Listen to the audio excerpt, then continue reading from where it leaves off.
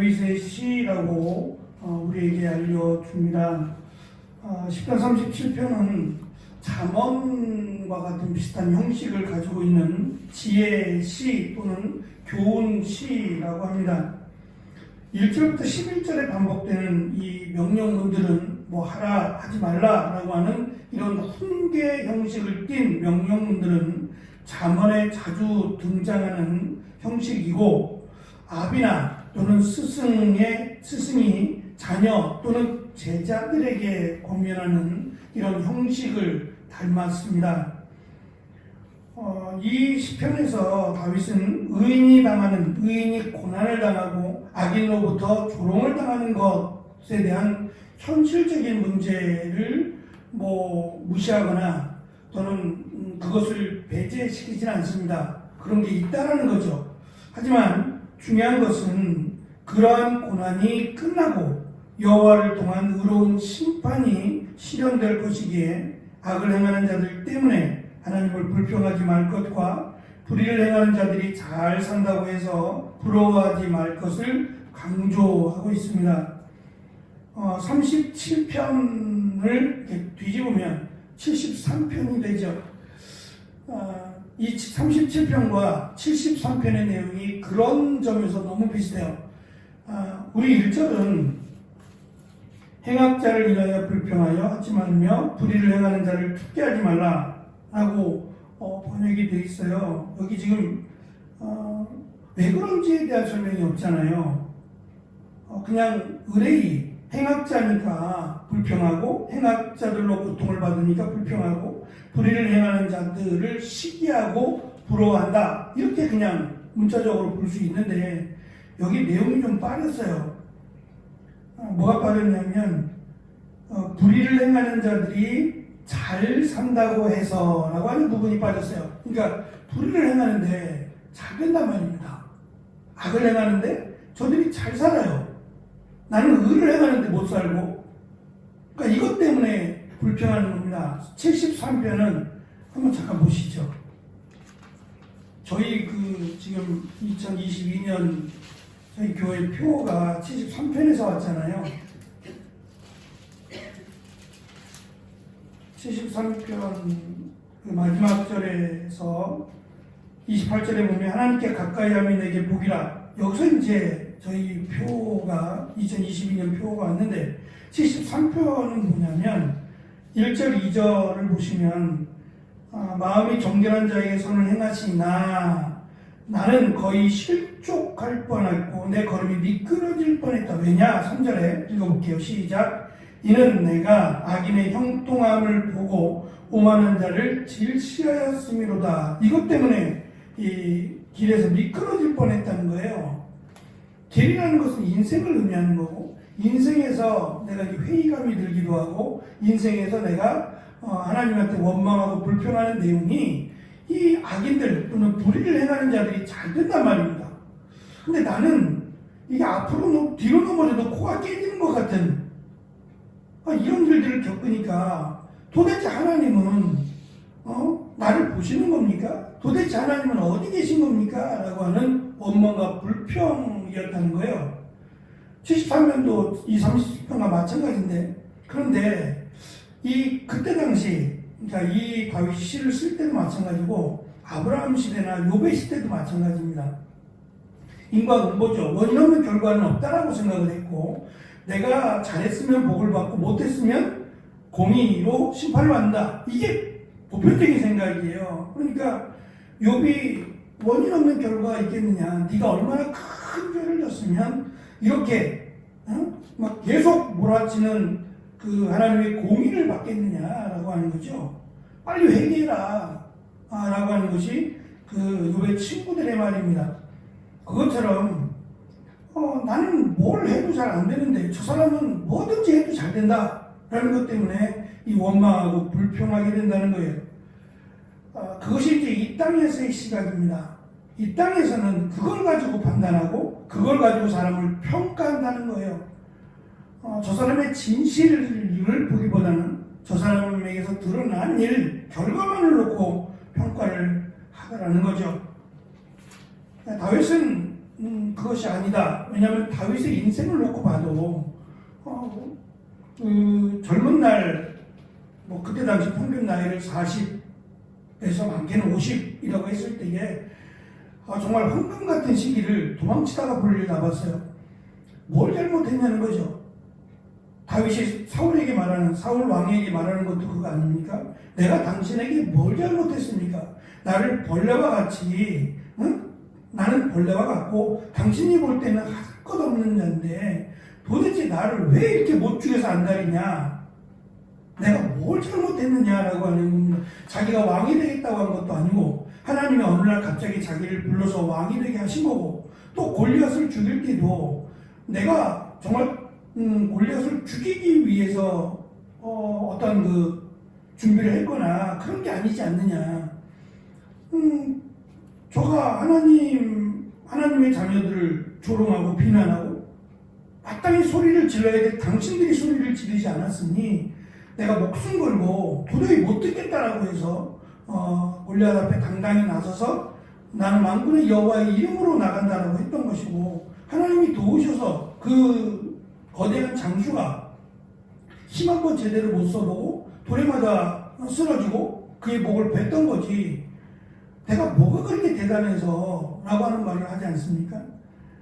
다윗이 이제 그런 인생을 살아보니 중요한 것은 결과도 중요해요. 하지만 그 결과, 내 삶의 결과에 못지않게 더 중요한 것은 하나님께서 지금 나와 함께 하시느냐가 제일 중요하고, 그 다음에 그 결과가 어떻든지 간에 내가 의인의 길을 행한다면, 제가 그 말씀 드리잖아요. 연말 되면 시상식에서 거기에 상을 받으시는 분들이 이 모든 영광을 하나님께 돌립니다 라고 하는 말이요, 얼마나 그 말을 하고 싶겠어요. 정말 하나님을 믿고 예수님을 믿는 연기자라면 이 말 한마디쯤 꼭 하고 싶지 않겠어요? 그것이 마치 하나님께 영광을 돌려드리는 것처럼 착각하고 말이에요. 그럴 수 있겠죠. 그러나 제가 말씀드린 것처럼 정말 그가 1년 동안 하나님 앞에서 부끄럽지 않게 연기하며 살았다면 오히려 상을 못 받을 수 있다고요. 주의를 제대로 섬긴다면, 또 자기의 어떤 배역이나 이런 것들을 믿음에 합당하게 했다면 연기자니까 뭘 해도 괜찮아 라고 하는 생각이 아니라, 연기자지만 내가 하나님의 달란트를 받은 자라고 하는 그것이 기준되어서 연기를 했다면 오히려 상을 못 받을 가능성이 더 높다. 그러면 상을 못 받는 것이 더 하나님께 영광이 될 수 있다는 거죠.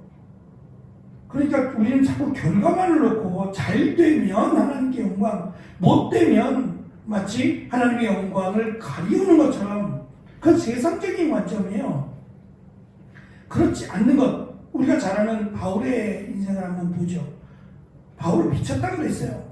미치지 않고서야 저가 저러한 시민권을 가졌고, 저가 바리새인 중에 바리새인이요, 또 그냥 놔둬도 저절로 시간이 흐르면 그가 사람들로부터 인정받고 존경받는 바리새인 또는 서기관, 이런 사람이 됐을 거란 말입니다.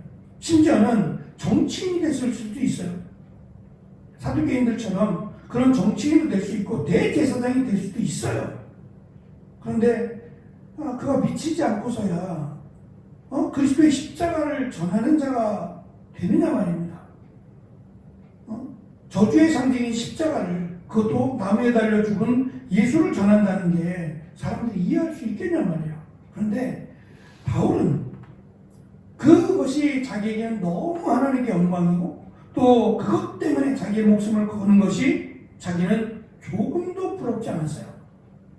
정말 행복했고, 그러면 바울의 인생을 정말 하나님께 영광을 돌리는 인생이라고 말할 수 있겠냐 말이에요.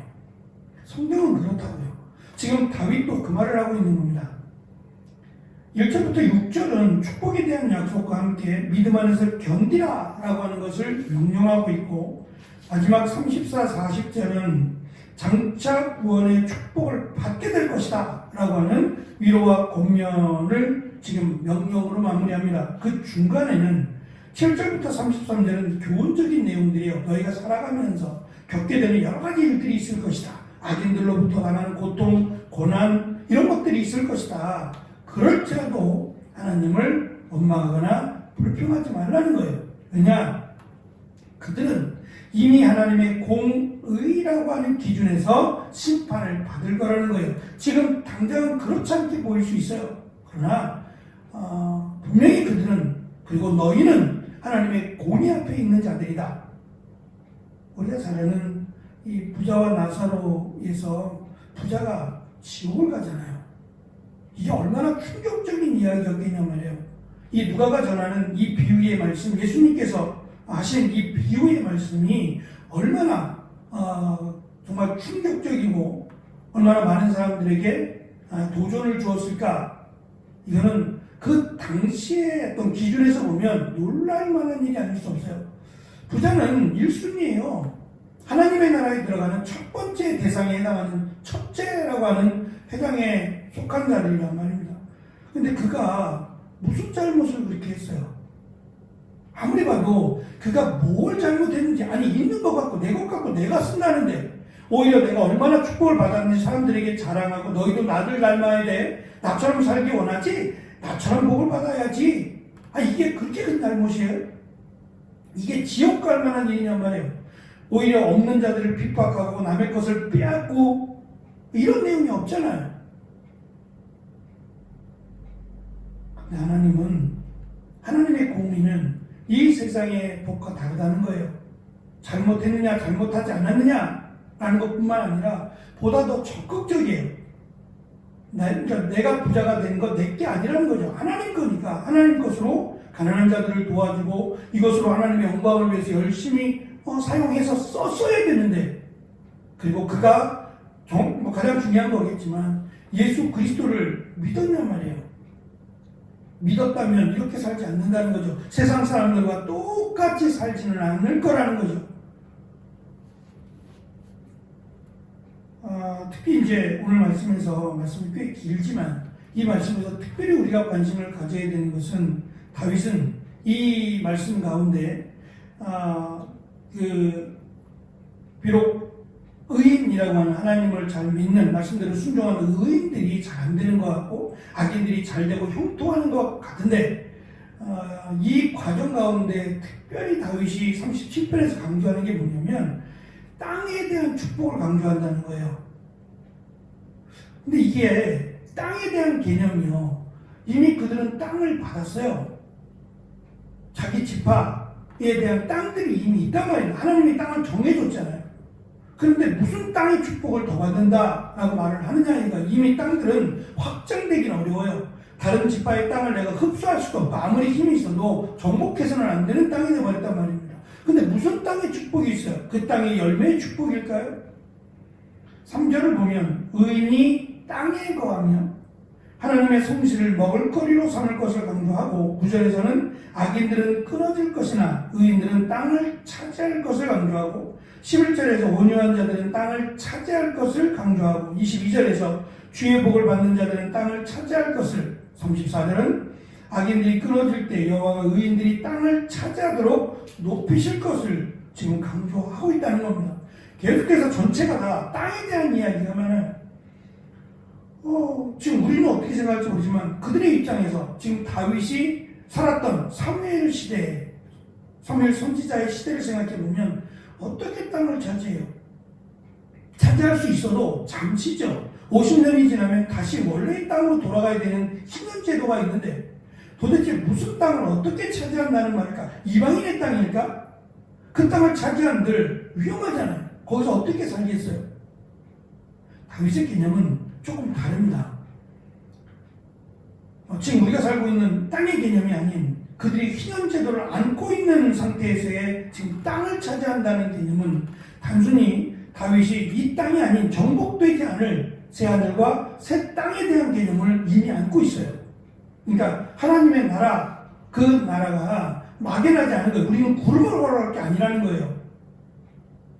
구름을 걸어갈 게 아니라 하늘나라라고 하는 그 또 다른 영역, 하나님이 계신 그 영역은 거기에도 땅이 있다는 거예요. 이 땅과 다른 하나님의 나라에도 땅이라는 개념이 있는데 그 땅을 마치 의로운 자들에게 하나님이 주시고 더 의롭게 사는 자들에게는 더 많은 땅을 주신다는 거예요. 이 땅은 우리가 속한 지금 이스라엘 백성들이 사는 이 땅은 더 땅을 차지할 수 없어요. 차지하고 싶어도 안 돼요. 그리고 또 한 가지 이면에서는 만약에 이 시편이 포로된 때에 이미 이스라엘 백성들이 포로로 잡혀간 때에 이 시를 읽었다면 그때는 이미 희년제도가 다 끝나버렸고 그들이 다시 예루살렘으로 잠깐 돌아왔던 때가 있어요. 그 돌아왔을 때에는 땅을 확장할 수 있었고 땅을 차지할 수 있었어요. 그러니까 이런 개념이었다면 그들에게 또 다른 위로가 되었을 것이다.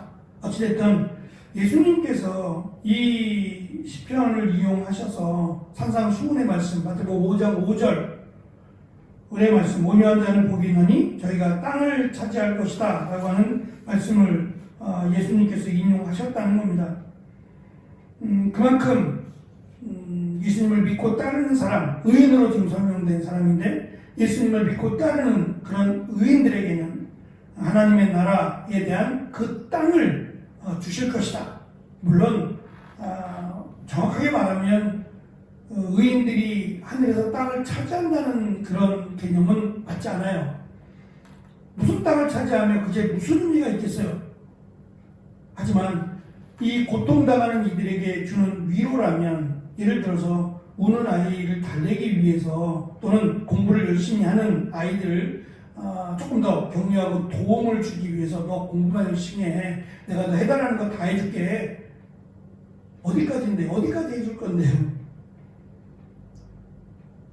근데 아이에게는 마치 내가 지금 갖고 싶어하는 예전 같으면 뭐 아이폰을 갖고 싶은데 고가였잖아요. 지금도 고가지만 어마어마하게 비쌌잖아요. 근데 친구들이 갖고 있는 걸 보면 너무너무 부러워서 나 아이폰 사주면 안 돼? 그럴 때 너 1등만 해. 너 공부만 잘하면 내가 뭐든지 사줄게. 그러니까 이러한 말들이 그들에게는 당장의 큰 위로가 되었던 것처럼 지금 고난을 당하고 땅을 빼앗기고 어려움을 겪는 이들에게는 하늘에 가면 이 땅에서는 비록 너희가 굶주리고 배고프고 땅을 빼앗기고 이런 일들이 벌어지겠지만 하늘나라에 가면 너희에게는 하나님의 땅을 줄 거야 라고 하는 이러한 희망의 메시지가 되었다는 거죠.